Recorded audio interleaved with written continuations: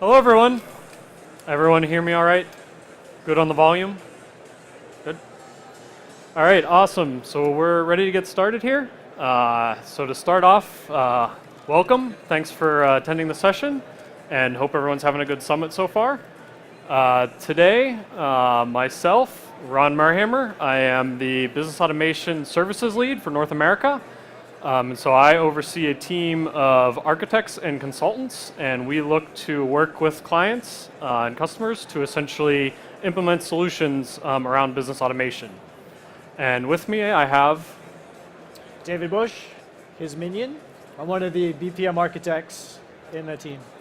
Awesome. So today I'm always interested in kind of finding out a little bit about the audience. So I'd be interested to see how many people here have used any sort of Red Hat business automation technology such as Drools, JVPM.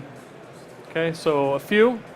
And I'm also always interested to see how technical the audience is. So from a show of hands, how many people are either developers, consultants, architects? Okay, good number. And then do we have any more business-focused people, business analysts, managers, anything like that? Okay, a few, so kind of a mix. Cool. So our talk today is going to focus on the design approach to bridge DevOps and business automation. Go ahead.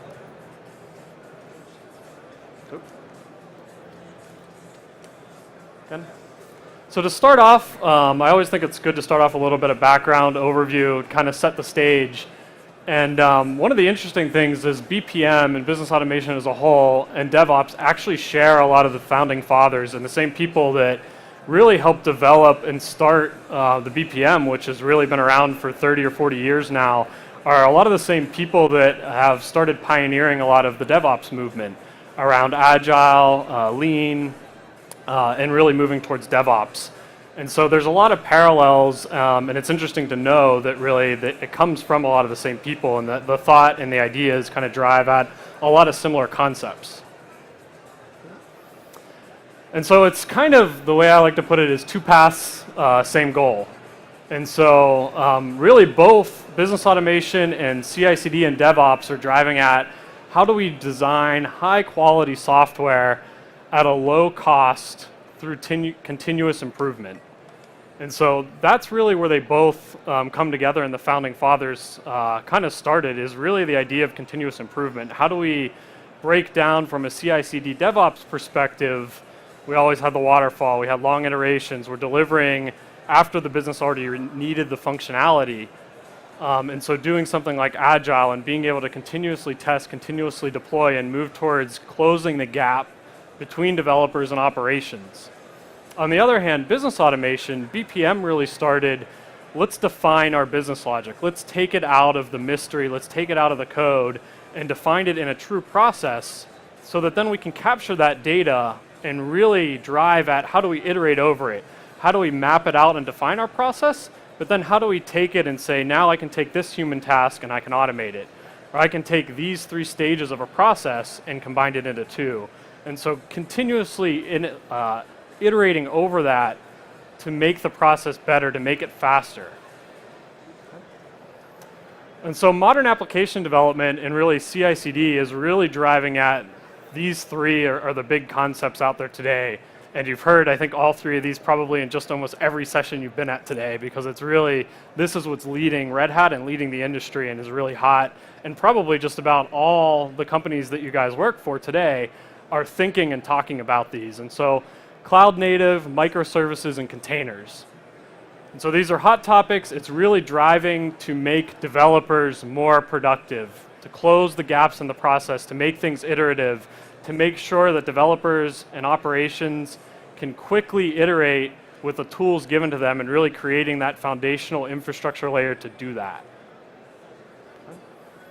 And so modern business automation has, again, a lot of the same concepts, but kind of driving at a different angle. Modern business automation is really trying to figure out how do we close the gap between the business folks and the IT folks, rather than people within IT kind of looking at DevOps really looks at the developers, the testers, operations, and closing that gap. And so business automation really drives at orchestration, automation, and enabling. And so a lot of today what we're seeing is now with the tools on the previous slide, we have a layer, that kind of infrastructure layer that really enables people, they don't need to go to the command line as much anymore. They don't need to be as deep technically to go and write simple business applications. And so the idea is we want to drive at enabling what we're going to call a citizen developer and kind of train a lot of our business-focused users that have the business knowledge to be developers as well, at least on the things that are very focused on the business and smaller, simple applications. Are we still going to need deep developers for some of the hard technical stuff like transactions, setting up and managing that infrastructure? Absolutely.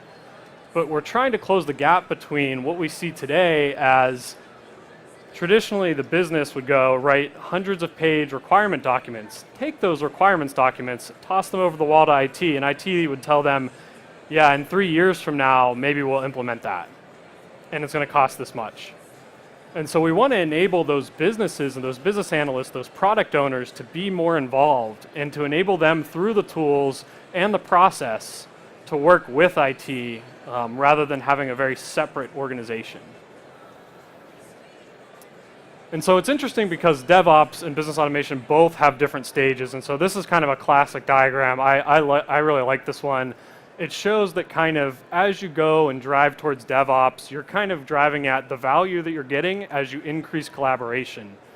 And so most people start with Agile. Okay, let's at least move away from a traditional waterfall towards more of an Agile approach so that we can quickly iterate. And then you kind of start driving at the higher level topics. How do we do continuous integration? How do we do continuous delivery? How do we do DevOps?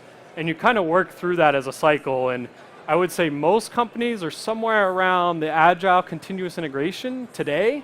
There's obviously tech companies that maybe are a little further along, but most are starting to drive at, and Red Hat's trying to enable it through some of our technologies to drive higher and go towards continuous delivery and DevOps.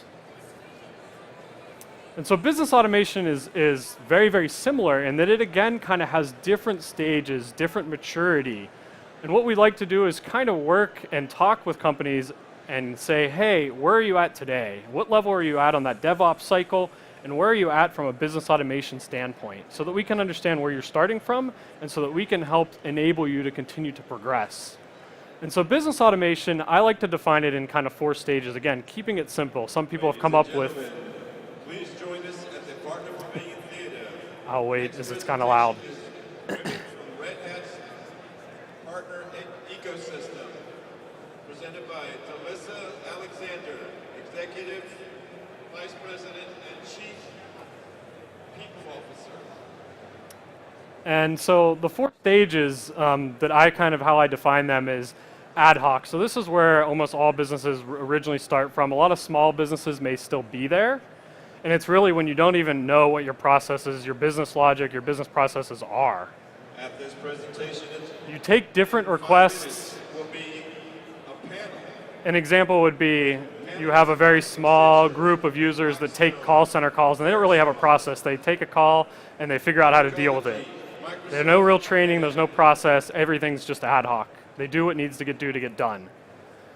The next is define. So this is really taking and defining your processes, creating so it's repeatable, so I can go and train someone new to do the same thing. There's usually still a lot of manual process, but at least you kind of know what you're doing. You've at least maybe put a diagram together, you've gone and take a Visio and say, hey, whenever we get a request in, this is the stage that it goes through.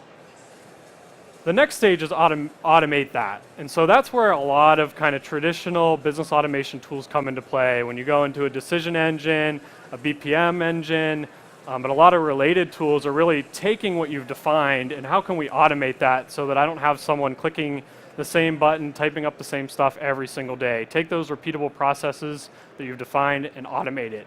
But it's static. It doesn't change. Whatever you define, that's what happens every day. As your business shifts, you have to go manually update that. And the final stage, which many businesses are getting excited about but haven't gotten anywhere near yet, is intelligent. How do we use interesting new technologies like machine learning to really take and make it so your processes and your logic can evolve based on what's happening outside, within your business and outside of your business, so that it can actually learn and improve and evolve as time goes on. And so what we've kind of done from a Red Hat perspective is our products and our approach try to align pooling the concepts and CI/CD together with business automation so that when we go in and implement a business automation solution, that we're going to pull in and use CI/CD to do so that you don't have just a black box and you say, well, that's my BPM product. It goes a completely different life cycle. It's on its own. I have to have completely different people and processes around it. That's not what we want. We really want to have it embedded just like all the other development technologies and enable people to use it, to make it align with existing CI/CD pipelines and DevOps. And so what we did is kind of create a model that helps us go through the different areas and kind of walk through each of those, the modeling, the versioning, the building, storing, deploying, and executing, and talk through each of those to make sure that we align it with your current state of your business and where you're looking to go in the future. And so here's a graphic that kind of shows some of the options to give people a feel for what I mean by that. And so a good one is the business logic. So how are you authoring, how are you enabling your business analysts to actually participate? Are you using our guided editors, essentially our online editors to actually define your BPM and your business rules? Are you going with a more traditional approach where you have primarily technical users working in an IDE? Are you doing it so you're actually auto-generating rules based on new documentation and spreadsheets that could come in? Or are you going and actually having decision tables defined in spreadsheets so that it's very easy for your business analysts who work in spreadsheets probably every day to actually contribute business rules? And so there's a lot of different options on how they can get involved, and it's good to kind of walk through and think about what's the easiest and aligning that to your current process and your future direction of your company. The rest of them options kind of go through more of the technical side of it and kind of looking to align it from a versioning, build, and storage with your existing CI/CD pipeline. So if you're using things like Jenkins today, if you're using like a Maven Nexus or an Artifactory, we want to use those same technologies so that we're not setting up a completely parallel infrastructure and you're having to retrain and reteach people how to do this when today you're already using something. And so we look to align with those. And then the final ones are really talking about how you're going to execute it. And so talking about thinking, do we really need things to be stateful? Do we need things to be short-lived versus long-lived? And driving at, is it really business rules? Is it business logic? Is it business processes? And what is it you're really trying to do so that we can make sure that we keep things simple? Design the minimum viable thing that you need and start from there and not over-engineer things. Other way. All right, so here's a conceptual architecture of that very thing and showing some of the roles that are involved. And if you see the gray ball there, that is our repository of business rules, workflows, some like Java definitions, and if you're familiar with rules, the DRL source code for rules, and also the guided decision editor and rule editor. Those are going to produce assets that will live in this repository. And they're built by, on the left there, business analysts will use the web-based tool to do it. And developers on the bottom left there that will do more technical stuff like any supporting Java classes or maybe defining RESTful services or integrations to other services. And all that stuff will live in the repository. Now toward the middle there, we have our engines that run the process world. We have the event processor, where events can come in from all outside sources or generated from in workflows and made sense of by the engine. Then the process manager that actually moves a transaction from one activity to the next and invokes, say, human tasks and have them show up on the dashboard that an end user would see to actually do work. And those guys are there on the bottom right. Then there's the rules engine that executes the business rules, and all that is integrated in one runtime, which we'll see on the next slide. And on the right, we can integrate with, of course, enterprise applications through, well, many different means, but REST, web services, and Java. And then toward the center bottom are dashboards, which can be defined to make sense of the events that happen within the engine. So you can see the health of a process, not really the technical health, like how long a transaction is taking technically, but how well the business is performing. Say you have your call center and you want to know the call handle time for various types of transactions. That's where you'd see it in the BAM dashboard. Business activity monitoring is what that stands for. And here's an example of logical architecture. And you'll see that there's a lot of standard things that Java developers use, and other developers too. So it shouldn't be foreign. There's a Git repository, and we're using Maven and Jenkins. And you could use Nexus or Artifactory or something like that. So these are very familiar tools to the development world. On the bottom left is another depiction of our authoring environment. So the Business Central is that authoring environment. And within it is on the top the source repository, which is a Git repository, similar to SVN, if you're familiar with that. And the authoring environment will pull that source code in, present it to the business user or the technical developer, and then when they hit save, it commits back to that Git repository. Then on the top middle is our build pipeline, driven by, in this case, Jenkins, where you could use, you don't have to use that, you can use anything else. And it would listen basically for commits, and well, that's one way to do it anyway. It could be also times. It would listen for commits and pull that source code in and build the artifacts with Maven and deploy them down toward the middle in the Maven repository, which is just a standard Maven repository. There's nothing special about it. And you could use Nexus, for instance, to store those artifacts. Now there are lines pointing to the top right, which is our unified runtime environment, which I mentioned on the last slide. And that is a very small, lightweight runtime that lives on a JBoss app server. And one thing that's really awesome about it is it has the concept of containers. So you can deploy those Maven artifacts, which are, in the case of Business Central, jars or K-jars, to individual containers. And those containers are sort of walled off from each other, like a class loader. In fact, I'm sure it uses class loaders under the cover. So you can have multiple versions of your solution running at the very same time. So you could have your build pipeline not only build, but this runtime environment can listen for a new artifact to show up in the Maven repository and deploy it to a container and kick off maybe some tests to make sure it's valid, make sure it works. In the backend systems, on the bottom there are our BPM suite database. It's connected to the runtime, and it collects information about running process instances. So if you have long-running processes, this is where the state of those processes will be saved.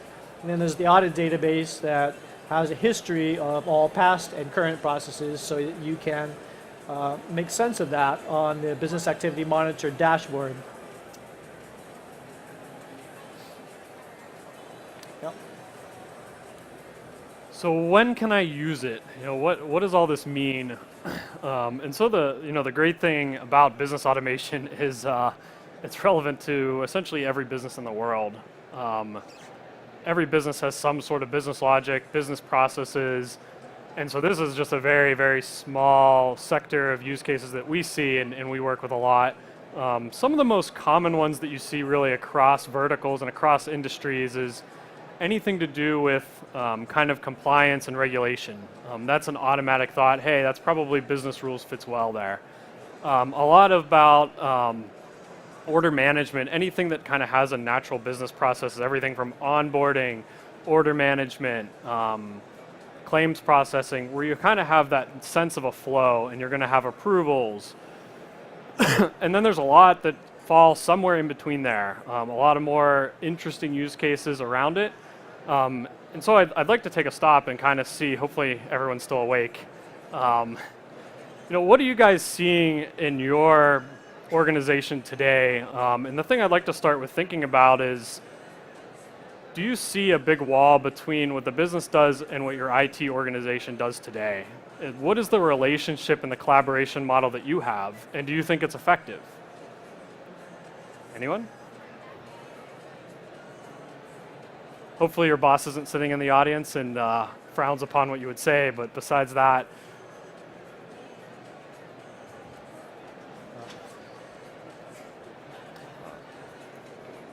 should be live. Hello, does it work? Yeah. So one kind of barrier that I see between business and IT is well, about mainly the business rules topic is the fact that the business rules language, the DRL language, is kind of technical. And so unless you use what you were mentioning, the Workbench tool, the Business Central UI, that's really the only business-oriented way to edit rules. And apart from that, the only other way is to really specify the DRL. And there are many cases in which you would like to have dedicated business UIs that are not the Business Central UI. And in that case, you really need to build your own UI, and you need technical people to translate, to build some piece of software that translates what you can specify in the business-oriented UI into DRL. So, in my opinion, there is some piece missing, some kind of higher level language, maybe on top of DRL or more business-oriented language to specify business rules. Maybe some JSON kind of API to define business rules. I think that could be useful to try and kind of bridge that gap a little bit more. Yep. Awesome. Thank you.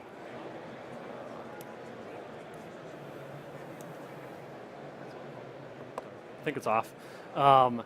Yeah, and so, one of the challenges is exactly that. The tools aren't perfect today, and sometimes the tools such as DRL directly are too technical for a lot of business analysts in our business users. And so a lot of companies still end up with some amount of translation between what the business analysts define they need and what the rules and logic they want to define, and actually getting that implemented. And so we're hoping to continue to close that gap and really enable those business users and analysts to define the rules. And there are different approaches. Using our guided editor is one that definitely helps and is definitely less technical than writing DRL directly. And the one that we see the most traction around is actually using decision tables through spreadsheets. Because there usually needs to be a little technical overhead initially to set up the decision table and kind of the parameters, what your columns and rows are going to define. But once you do that, it's essentially business users can come in and change data.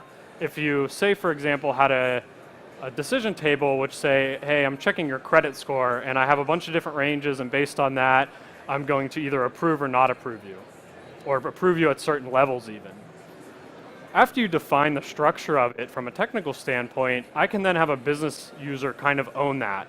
They would be able to update that spreadsheet, change the ranges, change the values, and as the business evolves and wants to make adjustments to that based on feedback, they could go in and make changes. But it's definitely interesting, and we definitely see the relationship and line between where a business user kind of continues and does it themselves, and when they hand it off to someone more technical, varies across businesses and kind of what technologies they're using, what their process is, and that's something that we want to get in and try to help close that gap as much as possible. I think you see, if you go to some of the sessions that are displaying version 7, the dashboard, the Workbench and Business Central, you'll see that the new guided editors that are coming in 7 look a lot nicer and probably a lot more usable by the business analysts. So that's coming in the future, not here quite yet, but I totally agree with you. It's too technical for a business analyst to write DRL. Hopefully we're getting a lot better at it in version 7.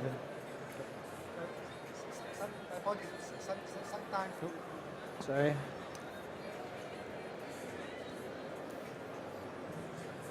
Sometimes you may not want to use the Business Central because it's very general purpose. Sometimes you have a specific application in which you would like to have a dedicated UI or a dedicated something that is kind of targeted to a given application, and Business Central is just too much. Yeah, it's too broad. And so one of the other things that we have done and worked with customers on is, their rule set falls within these bounds, and they recognize certain terminology within their business, and that's how they think of rules.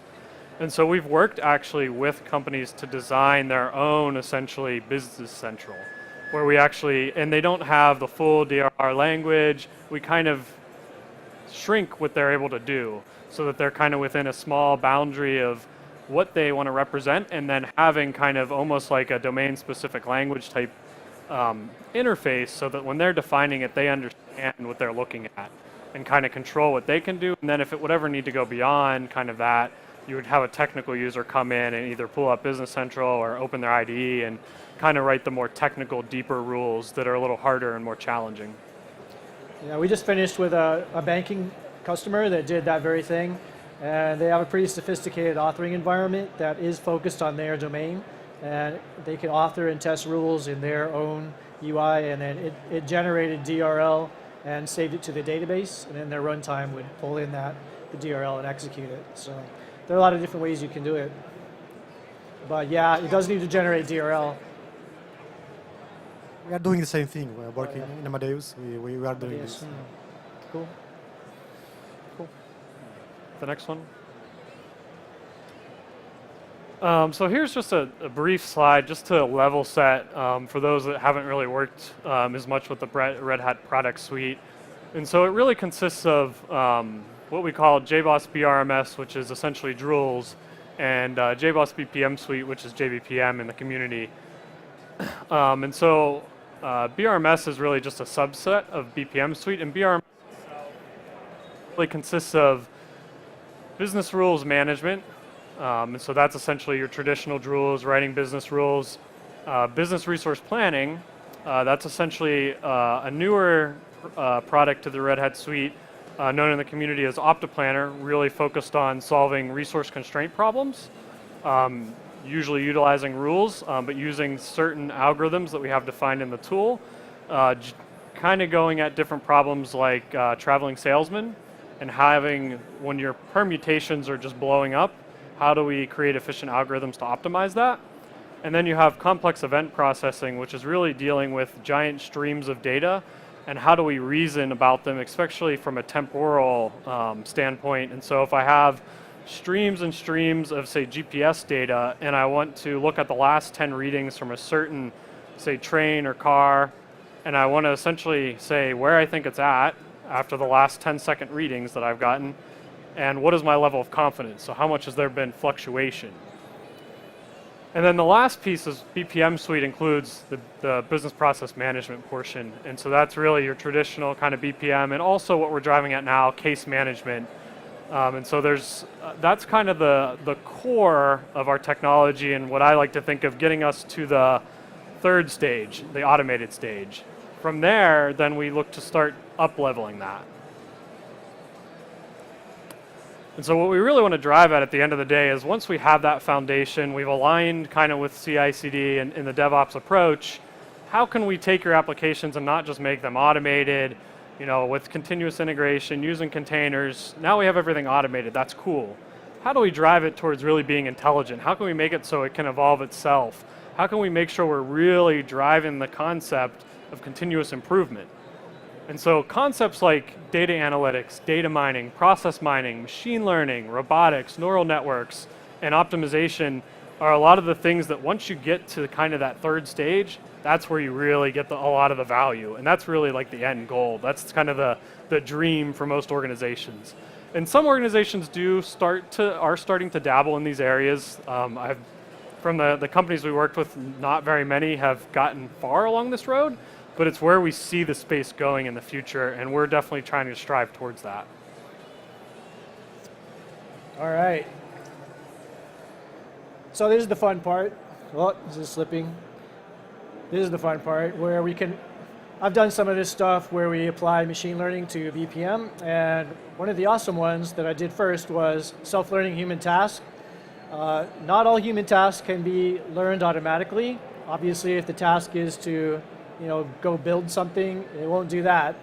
But if there is like a decision in the process where a human is making a decision based on attributes within that process, or attributes that it can get somehow from a service, we can automatically learn those And over time, it can meet a threshold where it's accurate enough to take over and start doing that decision on its own.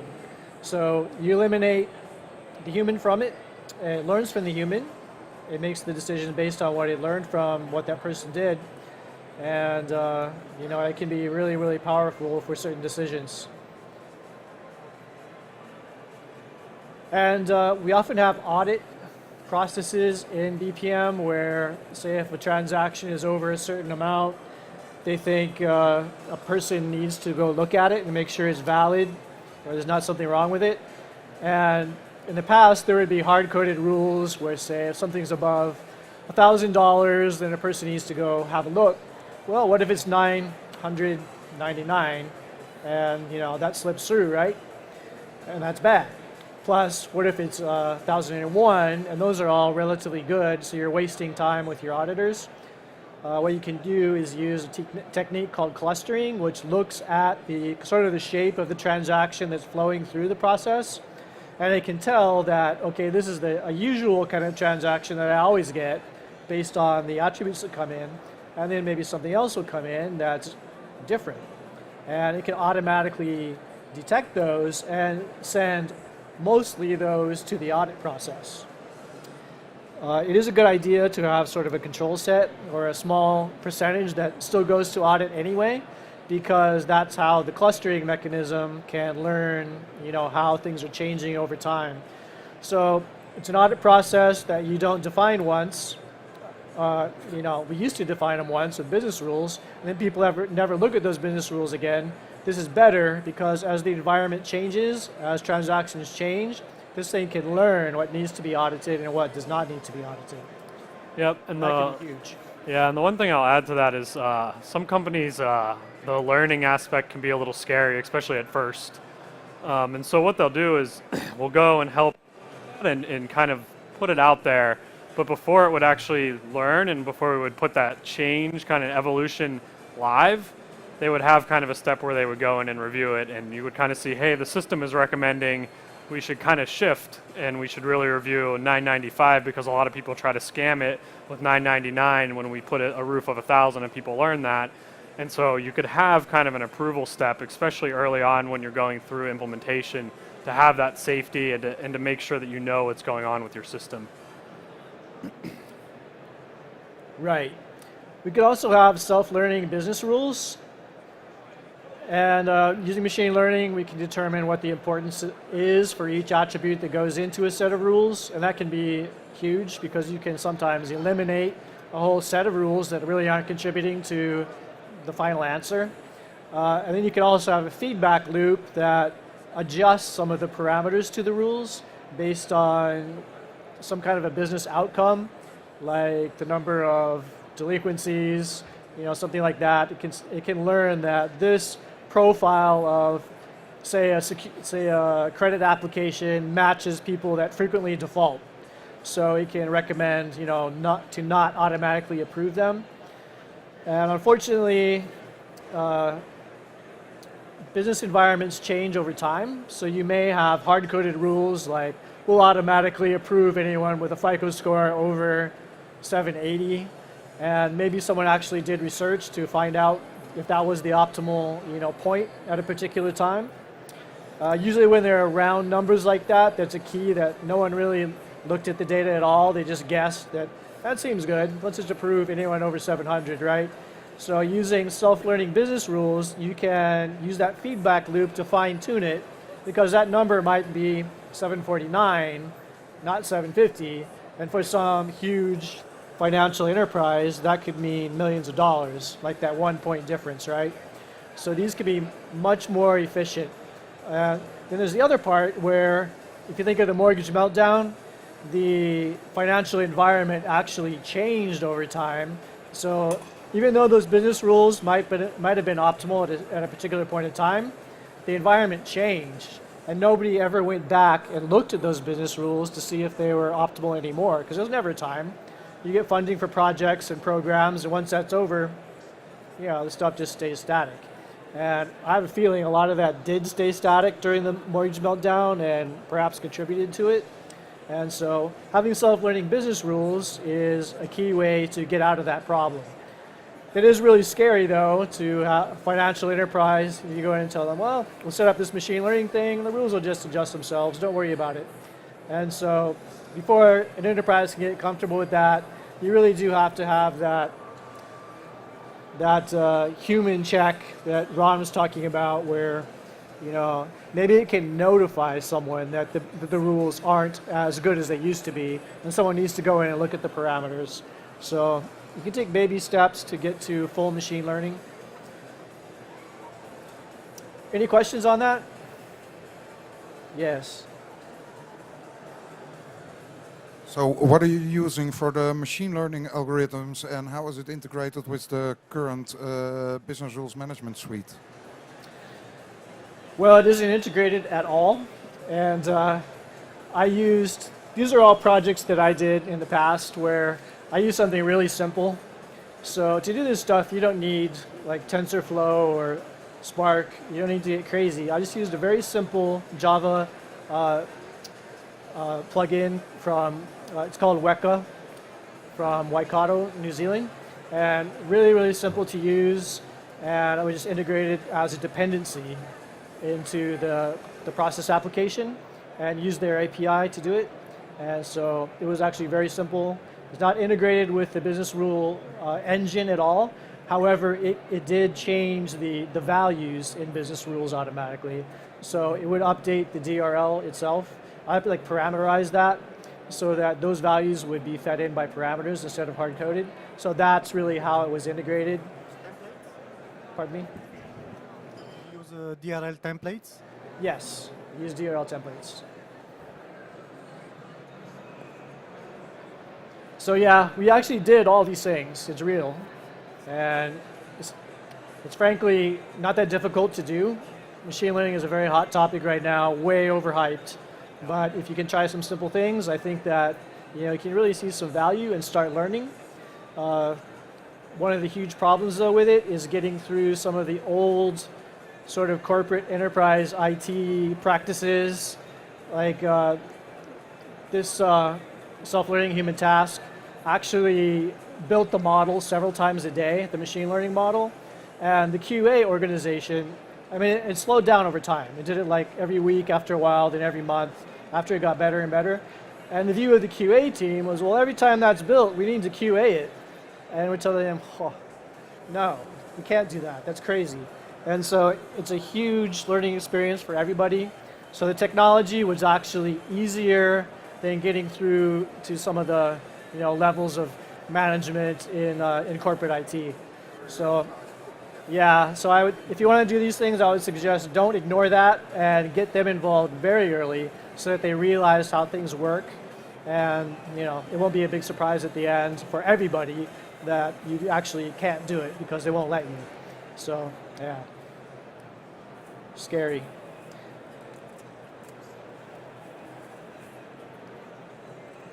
So BPM is changing because now we live in a microservice world, or we're getting to there. It's another overhyped area, but really, really powerful, and I'm totally into it. However, it's breaking from the traditional view of a process manager controlling a transaction all the way through all the activities. And in a microservice world, we can't really do that because we lose control. You may invoke a microservice with some trigger, but that service may then trigger a whole bunch of services before it finally gets back to you. So you've kind of lost control of it during that blind area. And what you can do, though, is use your process engine to pick up events for milestones. So even though that really is a process going through all those services, there are certain milestones that will be important to you. And if you can track those, then you can apply our usual BPM practices like SLA management and escalation and things like that to that microservice architecture that, frankly, the microservice guys don't really have an answer for yet. And this is, I think, going to be huge once they finally figure out we can help them in that area. So I have a webinar that's in the deck that I think you can all download later, and that's the link to the webinar I did last year. Oh, There's one more. Do I have time for the demo? Yeah, go ahead into the demo. Okay. There's something else. Like back in the old days, we used to show up at a client and we did as-is modeling, right? If you've ever done BPM, you show up and like, okay, I need to know how your processes are today. And so we sat down with our tool and we talked to some business SME and they said, well, this is how it works. We mapped it all out and guess what? It's wrong because that's not really how it works. It's like someone's interpretation that probably doesn't even do it anymore because now they're a manager. So we've kind of started switching from doing that to collecting events throughout the enterprise architecture, things that actually are happening, and then we can pull that in to a process discovery tool, and we can see what the real process is doing. We know it's real because it's generated from actual events that are really running, and so you end up with a thing like this. This is actually not a Red Hat product. It's not even open source, unfortunately. It's from Flexicon in Eindhoven, Netherlands. It's called Disco. And this can pull in events from across your architecture and create this model, or a model similar to this. And you can take those events and actually replay them and see what your process is really doing. And you can see right away that those top activities there's a bottleneck there. There's a whole bunch of bubbles right there. And those represent transactions going through your model. And so this is not only the real model that is actually executing, but you can see how it's behaving based on those actual events. And I think that is extremely powerful and something we didn't do in the past. Sadly, it's not a Red Hat product, but some of us are working on integrating that, like me. And I think that you'll see more and more of that in the future.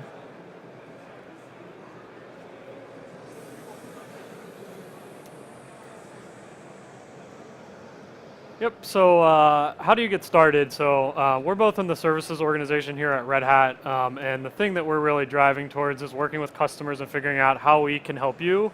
And what we're doing is we're coming on site with you, doing a discovery session is what we call them.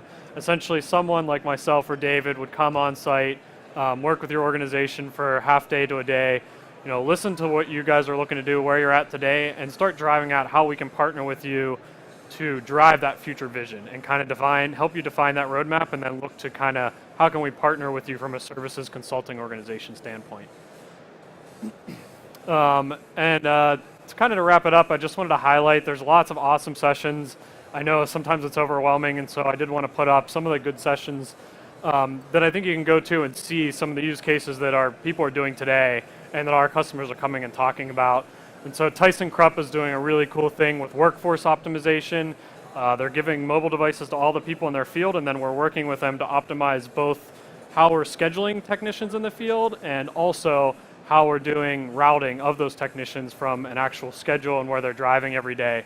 And so we're using Business Resource Planner on OpenShift, really cool. Lots of other cases as well. TD Bank's a great client that is really doing that migration. They were really stuck in the old JEE monolith world and are really bringing everything to modern business automation microservices architecture. And you want to hit one more over. And then there's great sessions again on Thursday as well. Case management is a new topic. We're coming out in 7. Highly recommend starting to look at that. And Citi is someone that we've been partnering with as well, and they're here to give a talk about how they're really transforming their organization and really driving at really decreasing their operational costs through business automation. And so that's all we had from a slide perspective. I think we're close to at time, but we'll be around. And if you have any questions, please come up. We have a sign-up sheet if you guys want to talk one-on-one with us. And we can give our emails, exchange contact information. Thanks, everyone, for coming, and enjoy the rest of the summit.